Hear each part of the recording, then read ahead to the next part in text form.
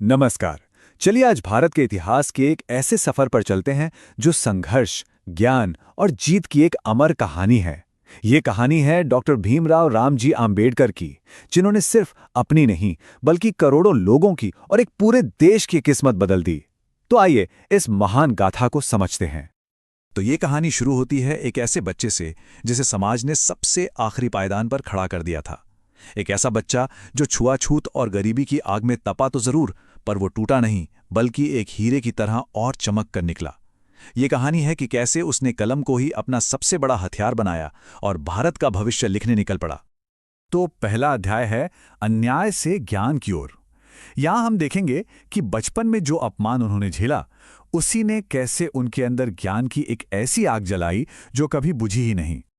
Doctor Ambedkar का जन्म महार जाति में हुआ था, जिसे उस वक्त अछूत माना जाता था। देखिए, ये सिर्फ एक शब्द नहीं था, ये एक ऐसी सामाजिक व्यवस्था थी जहां सिर्फ जन्म के आधार पर कुछ लोगों से उनके मामूली से मानवीय अधिकार भी छीन लिए जाते थे। मतलब सार्वजनिक कुओं से पानी पीने, साथ में उठने बैठने या सम्मान से जीने तक की मनाही थी।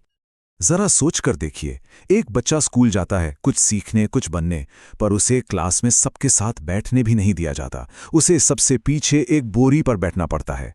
प्यास लगे तो वो खुद जाकर पानी नहीं पी सकता, क्योंकि उसके छूने से पानी खराब हो जाएगा। ये वो अपमान था जो भीमराव हर रोज सहते थे, और यही अपमान उनके दिल में एक क्रांति की चिंगारी जला रहा था। इस अंधेरे में अगर कोई रोशनी थी तो वो थे उनके पिता रामजी सकपाल। उन्होंने ही भीमराव को समझाया कि इस अन्याय की दीवार को तोड़ने का अगर कोई रास्ता है तो वो सिर्फ और सिर्फ शिक्षा है। उन्होंने कहा, ज्ञान ही सबसे बड़ा हथियार है। ये सिर्फ एक सलाह नहीं थी, ये वो मंत्र था जिसने भीमराव की पूरी जिंदगी का रास्ता तय कर दिया। और बस यहीं से शुरू होता है संघर्ष और सामाजिक क्रांति का एक नया दौर। अब भीमराव ने अपने ज्ञान के हथियार को धार देना शुरू किया और सदियों से चली आ रही गुलामी की जंजीरों को तोड़ने का फैसला कर लिया। ये सिर्फ डिग्रियों की एक लिस्ट नहीं है, ये उस जिद और जुनून का सबूत है जो उस लड़के के अंदर थी। सोचिए, जिस लड़के को क्लास में जमीन पर बिठाया गया, वो अपनी मेहनत के दम पर कोलंबिया और लंदन स्कूल ऑफ इकोनॉमिक्स जैसे दुनिया के सबसे बड़े विश्वविद्यालयों तक जा पहुंचा और एक नहीं बल्कि कई कई डॉक्टरेट हासिल की। अच्छा, ये समझना भी बड़ा दिलचस्प है कि विदेश में मिले सम्मान ने उनके इरादों को कैसे और पक्का कर दिया। जहां भारत में हर कदम पर उन्हें उनकी जाति याद दिलाई जाती थी, वहीं अमेरिका में लोगों ने उन्हें उनकी काबिलियत से पहचाना। उन्होंने पहली बार बराबरी का एहसास किया और ठान लिया कि यही बराबरी वो अपने देश वापस लेकर जाएंगे। तो भारत लौटकर वो सिर्फ सिद्धांतों की बातें नहीं कर रहे थे, वो सीधे मैदान में उतर चुके थे। उन्होंने दलितों को एकजुट करने के लिए बहिष्कृत हितकारिणी सभा बनाई। महाड़ में सार्वजनिक तालाब से पानी पीने के हक के लिए एक ऐतिहासिक सत्याग्रह किया।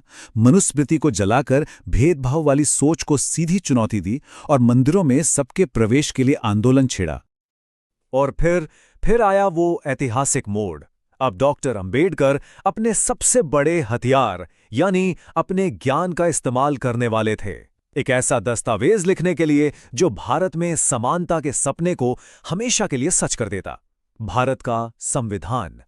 2 साल 11 महीने और 18 दिन, ये सिर्फ एक समय नहीं है, ये उस कड़ी मेहनत, उन हजारों घंटों की बहस और उस लगन का प्रतीक है जो भारत का संविधान बनाने में लगी। और इस बहुत बड़े काम को अंजाम देने वाली ड्राफ्टिंग कमेटी के चेयरमैन थे डॉक्टर BR अम्बेडकर। उन्होंने संविधान में उन सभी आदर्शों को जगह दी जिनके लिए उन्होंने अपनी पूरी जिंदगी लड़ाई लड़ी थी। समानता का अधिकार, ताकि फिर किसी बच्चे को जमीन पर ना बैठना पड़े, बोलने की आजादी, छुआछूत का हमेशा के लिए अंत और आरक्षण की व्यवस्था, ताकि जो लोग सदियों से पीछे धकेल दिए गए उन्हें भी आगे आने का एक बराबर मौका मिल सके। और ये एक बात उनकी दूर की सोच को दिखाती है। वो जानते थे कि सिर्फ वोट डालने का हक मिल जाना काफी नहीं है। सच्चा लोकतंत्र तो तब होगा जब समाज से ऊंच नीच खत्म होगी और हर किसी को आगे बढ़ने के लिए आर्थिक मौके भी मिलेंगे। लेकिन कहानी यहां खत्म नहीं होती। अब आता है उनकी जिंदगी का आखिरी अध्याय, धम्म, और उनकी वो विरासत जो आज भी जिंदा है। ये वो मोड़ था जहां उनकी आध्यात्मिक खोज ने एक नई दिशा ली। ये एक घटना उनके सिद्धांतों के प्रति उनकी जबरदस्त प्रतिबद्धता को दिखाती है। जब हिंदू कोड बिल, जो महिलाओं को संपत्ति में बराबरी का हक देने वाला था, का संसद में विरोध हुआ, तो उन्होंने सत्ता में बने रहने के बजाय कानून मंत्री के पद से इस्तीफा दे दिया। उनके लिए औरतों की बराबरी का सवाल किसी भी पद से ज्यादा बड़ा था। ये सिर्फ कुछ शब्द नहीं थे, ये एक ऐलान था। जिस धर्म में उन्हें जन्म से ही इतनी असमानता और अपमान का सामना करना पड़ा, उन्होंने तय कर लिया कि वो उस पहचान के साथ अपना जीवन खत्म नहीं करेंगे। और आखिरकार उन्हें बौद्ध धम्म में वो रास्ता मिला जो बराबरी, भाईचारे और तर्क की बात करता था। नागपुर में लाखों लोगों के साथ उनका बौद्ध धर्म अपनाना सिर्फ एक धर्म परिवर्तन नहीं था, ये जाति व्यवस्था की बेड़ियों को हमेशा के लिए तोड़कर एक बराबरी वाले समाज बनाने की दिशा में उनका आखिरी और सबसे शक्तिशाली कदम था। तो हम डॉक्टर अंबेडकर को कैसे याद रखें? एक महान विद्वान, एक क्रांतिकारी, संविधान बनाने वाले, या एक मुक्तिदाता? सच तो यह है कि वो ये सब कुछ थे। उनका जीवन आज भी हर उस इंसान के लिए प्रेरणा है जो अन्याय के खिलाफ खड़ा होना चाहता है। उनकी पूरी जिंदगी इस एक सवाल का जीता जागता जवाब है। ये कहानी हमें सोचने पर मजबूर करती है कि कैसे एक अकेले इंसान का हौसला, उसका ज्ञान और उसका कभी ना टूटने वाला संकल्प सिर्फ उसकी ही नहीं बल्कि एक पूरे देश की तकदीर बदल सकता है।